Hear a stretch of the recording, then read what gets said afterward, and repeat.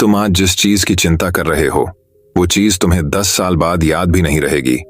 इसी सिख गौतम बुद्ध ने कई सालों पहले उस वक्त की पीढ़ी को क्यों दी थी? इसके पीछे का रहस्य क्या है? आज इसी रहस्य के बारे में हम गौतम बुद्ध की कहानियों के माध्यम से जानेंगे। तो बिना देर किए चलिए उन कहानियों की शुरुआत करते हैं। दोस्तों, बहुत समय पहले की बात है। एक साधु प्रसिद्ध राजा की राजधानी से होकर गुजर रहे थे। जब वह चल रहा था तो उसकी नजर सड़क पर एक सिक्के पर पड़ी। उसने इसे उठाया। वह अपने सादे जीवन से संतुष्ट था और उसके पास उस सिक्के का कोई उपयोग नहीं था। इसलिए उन्होंने इसे किसी जरूरतमंद को दान करने की योजना बनाई। वह दिन भर सड़कों पर घूमता रहा, लेकिन उसे ऐसा कोई नहीं मिला। अंत में वह विश्राम क्षेत्र में पहुंचे और वहां एक रात बिताई। अगली सुबह वह अपने दैनिक कार्यों के लिए उठता है और देखता है कि एक राजा अपनी युद्ध के लिए तैयार सेना के साथ दूसरे राज्य पर आक्रमण के लिए जा रहा है। जब राजा ने आर्शी को खड़ा देखा तो अपनी सेना को रोकने का आदेश दिया। वह आर्शी के पास आया और बोला, हे महान ऋषि, मैं दूसरे राज्य को जीतने के लिए युद्ध करने जा रहा हूं ताकि मेरे राज्य का विस्तार हो सके। अतः मुझे विजयी होने का आशीर्वाद दें। आर्शी ने सोच विचार कर राजा को एक मुद्रा का सिक्का दे दिया। राजा इस बात से भ्रमित और नाराज था, क्योंकि उसे एक सिक्के से क्या फायदा, जबकि वह पहले से ही सबसे अमीर राजाओं में से एक है। उसने उत्सुकतावश साधु से पूछा, इस एक सिक्के का क्या मतलब है?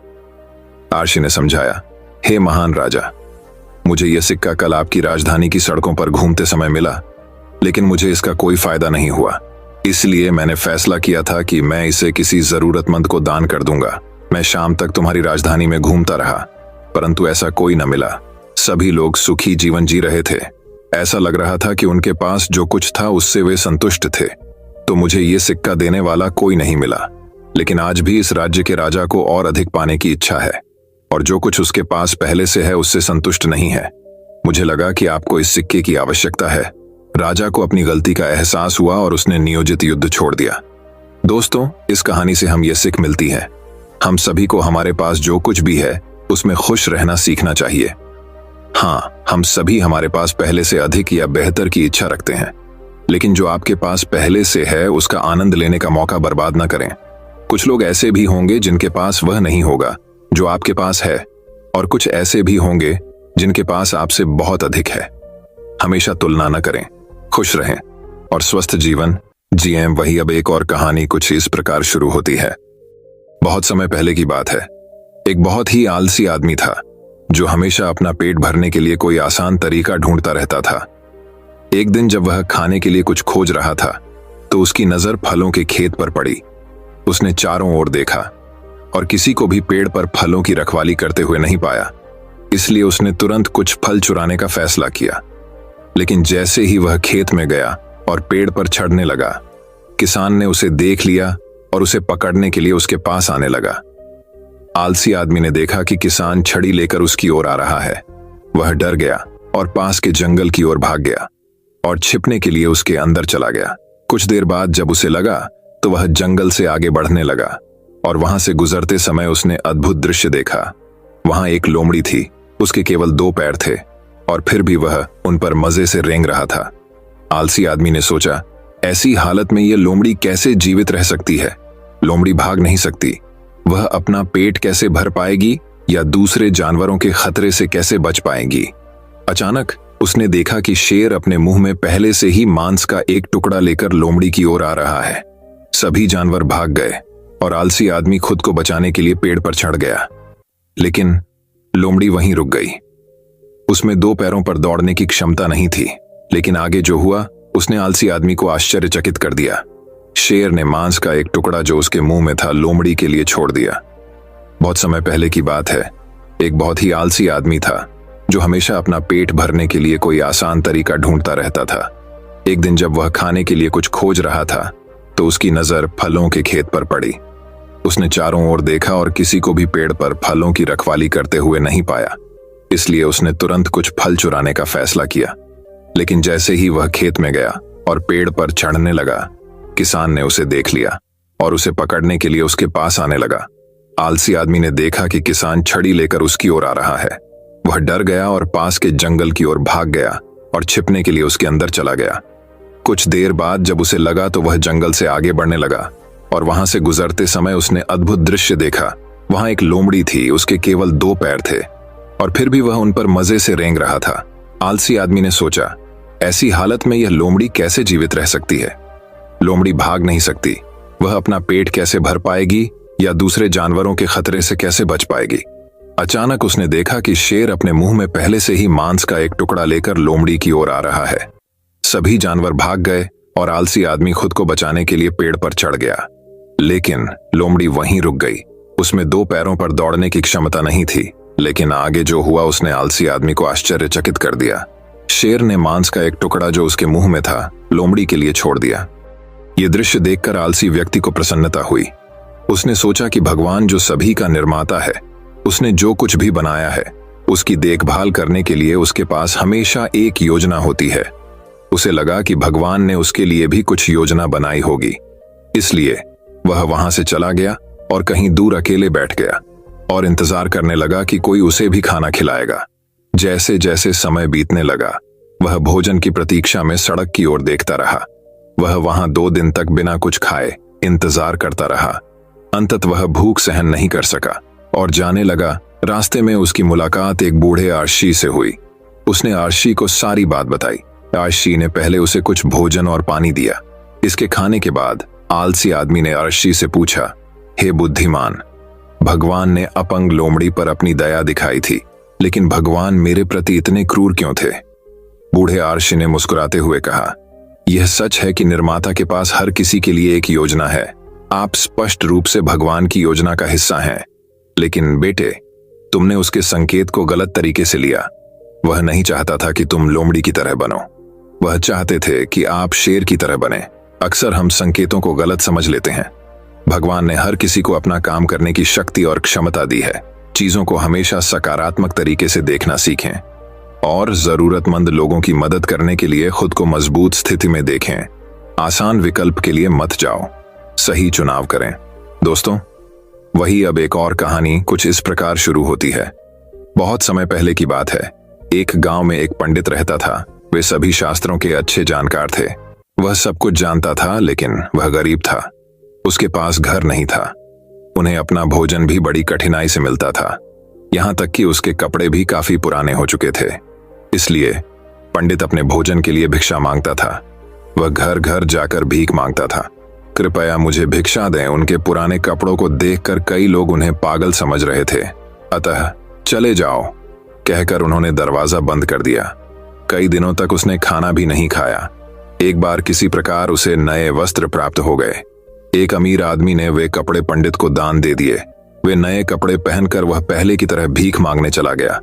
वह जिस पहले घर में गया, गृहस्वामी ने कहा, महोदय, कृपया अंदर आइए, कृपया अपना भोजन हमारे घर में करें। ऐसा कहकर वह बड़े आदर के साथ पंडित को भोजन के लिए अंदर ले गया। पंडित खाना खाने बैठा। खाने के लिए तरह तरह के सूप, मीठे भोजन, वेद और मीठे खाद्य पदार्थ परोसे गए।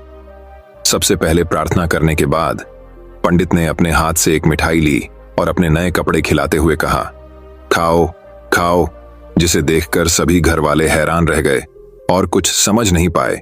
तो उन्होंने इस तरह पूछा, कपड़े नहीं खाते? हे महान पंडित, आप वस्त्रों पर भोजन क्यों चढ़ाते हैं? तब उस पंडित ने इस प्रकार उत्तर दिया, वास्तव में इसी नए वस्त्र के कारण तुमने आज मुझे भोजन कराया। कल ही इसी घर में तुमने मुझसे चले जाने को कहा था। चूंकि इन वस्त्रों के कारण मुझे भोजन प्राप्त हुआ, अतः मैं उनका आभारी हूं। यही कारण है कि मैं उन्हें खाना खिला रहा हूं। घर वाले थोड़े शर्मिंदा हुए। इस कहानी से हमें ये सीख मिलती है कि कभी भी किसी को उसके दृष्टिकोण से नहीं आंकना चाहिए। दोस्तों, एक और कहानी की शुरुआत कुछ इस प्रकार होती है। बात उस समय की है जब गौतम बुद्ध काफी प्रसिद्ध हो चुके थे। वे रोज प्रवचन देते, जिन्हें सुनने के लिए काफी लोग पहुंचते थे। प्रवचन सुनने एक लड़का रोज आता था। वह गौतम बुद्ध की सारी बातें बहुत ध्यान से सुनता था। काफी दिनों तक प्रवचन सुनने के बाद एक दिन उस लड़के ने सोचा कि मैं प्रवचन तो रोज सुन रहा हूं, लेकिन मेरे जीवन में कोई बदलाव नहीं आ रहा है। बुद्ध बातें तो अच्छी बताते हैं, लेकिन कुछ लाभ नहीं हो रहा है। मुझे इस बारे में बुद्ध से बात करनी चाहिए। अगले दिन वह लड़का बुद्ध से बात करने की इच्छा लेकर पहुंच गया। बुद्ध का प्रवचन शुरू हुआ और वे कह रहे थे कि अगर कोई व्यक्ति हम पर गुस्सा करता है तो वह हमसे ज्यादा खुद का नुकसान करता है। अगर हम भी दूसरे के गुस्से का जवाब गुस्से से ही देते हैं तो हम खुद का नुकसान कर लेते हैं। बुद्ध की ये बातें सुनते ही वह लड़का खड़ा हो गया और कहने लगा कि तथागत, मैं बहुत दिनों से आपके प्रवचन सुन रहा हूं, लेकिन मेरे जीवन में तो कोई बदलाव ही नहीं आया है। मुझे तो प्रवचन सुनने से कोई लाभ नहीं हो रहा है। बुद्ध ने अपने प्रवचन बीच में रोके और उस लड़के की बात सुनने लगे। जब वह लड़का चुप हो गया तो बुद्ध ने उससे पूछा कि तुम कहां रहते हो? लड़का बोला कि मैं श्रावस्ती में रहता हूं। बुद्ध ने कहा कि श्रावस्ती से यहां तक की दूरी कितनी होगी और यहां आने में कितना समय लगता है? उस लड़के ने बुद्ध की बातों का उत्तर दिया तो बुद्ध ने फिर पूछा कि यहां आते कैसे हो? लड़का बोला कि मैं श्रावस्ती में रहता हूं। बुद्ध ने कहा कि श्रावस्ती से यहां तक की दूरी कितनी होगी और यहां आने में कितना समय लगता है? उस लड़के ने बुद्ध की बातों का उत्तर दिया तो बुद्ध ने फिर पूछा कि यहां आते कैसे हो? उसने बताया कि मैं कभी पैदल आता हूं, कभी सवारी का कोई साधन मिल जाता है तो उससे आ जाता हूं। बुद्ध ने फिर एक नया प्रश्न पूछ लिया कि क्या तुम यहां बैठे बैठे अपने घर पहुंच सकते हो? यह प्रश्न सुनकर वह लड़का और वहां बैठे सभी लोग हैरान हो गए। लड़के ने कहा कि यह कैसे संभव है? मैं बैठे बैठे कहीं और नहीं पहुंच सकता, इसके लिए तो मुझे ही चलकर जाना होगा। बुद्ध ने कहा कि तुम्हारी बातों में ही तुम्हारे प्रश्नों का उत्तर है। सत्संग सुनने से तब तक कोई लाभ नहीं होगा जब तक कि तुम उन अच्छी बातों को अपने जीवन में उतारते नहीं हो। जब तक तुम अच्छे काम नहीं करोगे, इच्छाओं का त्याग नहीं करोगे, बुराइयों से दूर नहीं रहोगे, तब तक तुम्हारे जीवन में कोई बदलाव नहीं आएगा। सिर्फ प्रवचन सुनने से, यहां बैठने से जीवन में कोई बदलाव नहीं आएगा। बुद्ध ने आगे कहा कि अगर तुम कोई अच्छा करना चाहते हो तो उसके लिए तुम्हें प्रयास करना होंगे। विचार करने से काम नहीं होगा। सत्संग में तुम्हें सही गलत बातों की जानकारी मिलती है, लेकिन उन्हें अपने जीवन में किस तरह उतारना है ये तो तुम्हें ही तय करना होगा। तुम्हें प्रयास करने होंगे, तभी जीवन में सुख, शांति और सफलता आएगी। सत्संग करते रहने से हमारी बुद्धि पवित्र रहती है और हमारा मन गलत बातों से बचा रहता है। अगर हम सत्संग नहीं करेंगे तो हमारे विचार भटक सकते हैं। इसलिए अच्छी किताबें पढ़नी चाहिए, अच्छे लोगों की संगत में रहना चाहिए। अब एक और कहानी की शुरुआत कुछ इस प्रकार होती है। बहुत समय पहले की बात है। एक राजा रहता था जो अपनी विलासितापूर्ण जीवन शैली के बावजूद न तो खुश था और न ही संतुष्ट। एक दिन राजा को एक नौकर मिला जो काम करते समय खुशी से गा रहा था। इसने राजा को आश्चर्यचकित कर दिया कि वह देश का सर्वोच्च शासक दुखी और उदास क्यों था, जबकि एक तुच्छ सेवक को इतनी खुशी थी। राजा ने सेवक से पूछा, तुम इतने खुश क्यों हो?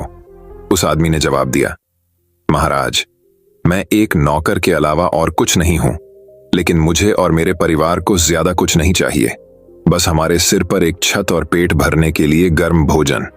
राजा उस उत्तर से संतुष्ट नहीं हुआ। बाद में उन्होंने अपने सबसे भरोसेमंद सलाहकार से सलाह मांगी। राजा की परेशानी और नौकर की कहानी सुनने के बाद सलाहकार ने कहा, महाराज, मुझे विश्वास है कि नौकर को 99 क्लब का हिस्सा नहीं बनाया गया है। 99 क्लब, और वास्तव में वह क्या है? राजा ने पूछताछ की। सलाहकार ने उत्तर दिया, महाराज, वास्तव में यह जानने के लिए 99 क्लब क्या है, एक बैग में 99 सोने के सिक्के रखें और इसे इस नौकर के दरवाजे पर छोड़ दें। अतः राजा ने ऐसा करने का आदेश दिया। जब नौकर ने बैग देखा तो वह उसे अपने घर ले गया। जब उसने थैला खोला तो खुशी से जोर से चिल्लाया। इतने सारे सोने के सिक्के, वह उन्हें गिनने लगा। कई बार गिनने के बाद आखिरकार उसे यकीन हो गया कि उसमें 99 सिक्के थे।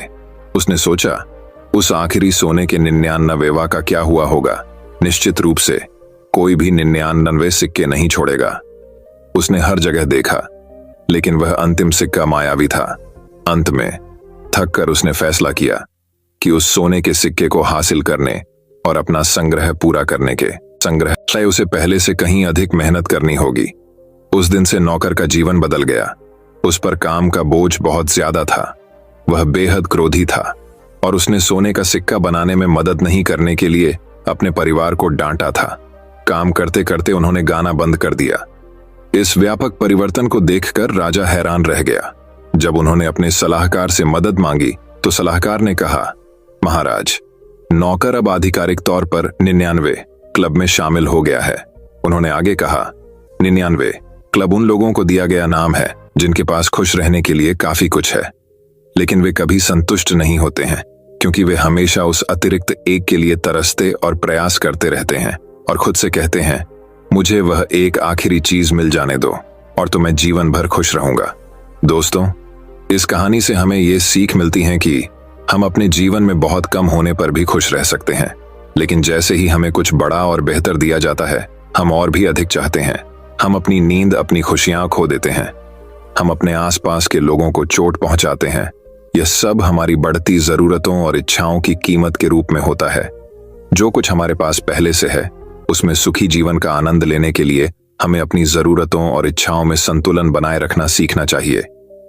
अब एक और कहानी की शुरुआत कुछ इस प्रकार होती है। एक बार एक छोटे से गांव में एक धर्मात्मा पुजारी रहता था।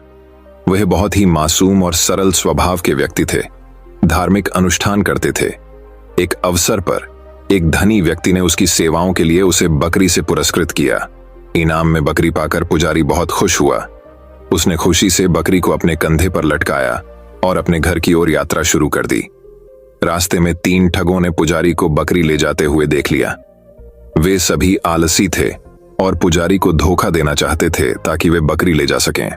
उन्होंने कहा, यह बकरी हम सभी के लिए स्वादिष्ट भोजन बनाएगी, चलो किसी तरह इसे प्राप्त करें। उन्होंने आपस में इस विषय पर चर्चा की और पुजारी को मूर्ख बनाकर बकरी प्राप्त करने की योजना बनाई।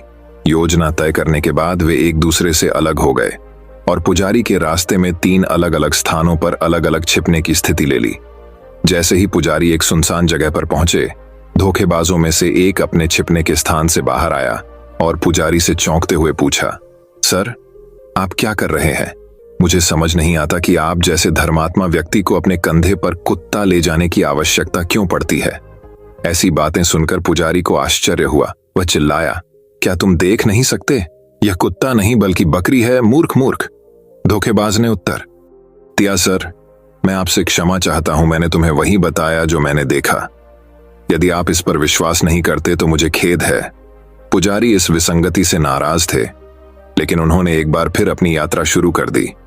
पुजारी मुश्किल से कुछ ही दूर चला था, तभी एक और धोखेबाज अपने छिपने के स्थान से बाहर आया और पुजारी से पूछा, सर, आप अपने कंधों पर मरा हुआ बछड़ा क्यों ले जाते हैं? आप एक बुद्धिमान व्यक्ति प्रतीत होते हैं। ऐसा कृत्य आपकी ओर से शुद्ध मूर्खता है। पुजारी चिल्लाया, क्या आप एक जीवित बकरी को मरा हुआ बछड़ा कैसे समझ सकते हैं? दूसरे धोखेबाज ने उत्तर दिया, सर, आप इस मामले में बहुत गलत लग रहे हैं। या तो आप नहीं जानते कि बकरी कैसी दिखती है, या आप जानबूझकर ऐसा कर रहे हैं। मैंने आपको वही बताया जो मैंने देखा। धन्यवाद। दूसरा धोखेबाज मुस्कुराता हुआ चला गया। पुजारी भ्रमित हो गया, लेकिन आगे चलता रहा। फिर पुजारी ने थोड़ी ही दूरी तय की थी कि तीसरा धोखेबाज उसे मिल गया। तीसरे धोखेबाज ने हंसते हुए पूछा, सर, आप गधे को अपने कंधों पर क्यों लेकर चलते हैं? यह आपको हंसी का पात्र बनाता है। तीसरे ठग की बातें सुनकर पुजारी बहुत चिंतित हो गया। वह सोचने लगा, क्या यह सचमुच बकरी नहीं है? क्या यह किसी प्रकार का भूत है? उसने सोचा कि जिस जानवर को वह अपने कंधों पर ले जा रहा है, वह वास्तव में किसी प्रकार का भूत हो सकता है, क्योंकि उसने खुद को बकरी से कुत्ते में, कुत्ते से मृत बछड़े में और मृत बछड़े से गधे में बदल दिया था। पुजारी इस हद तक डर गया कि उसने बकरी को सड़क किनारे फेंक दिया और भाग गया।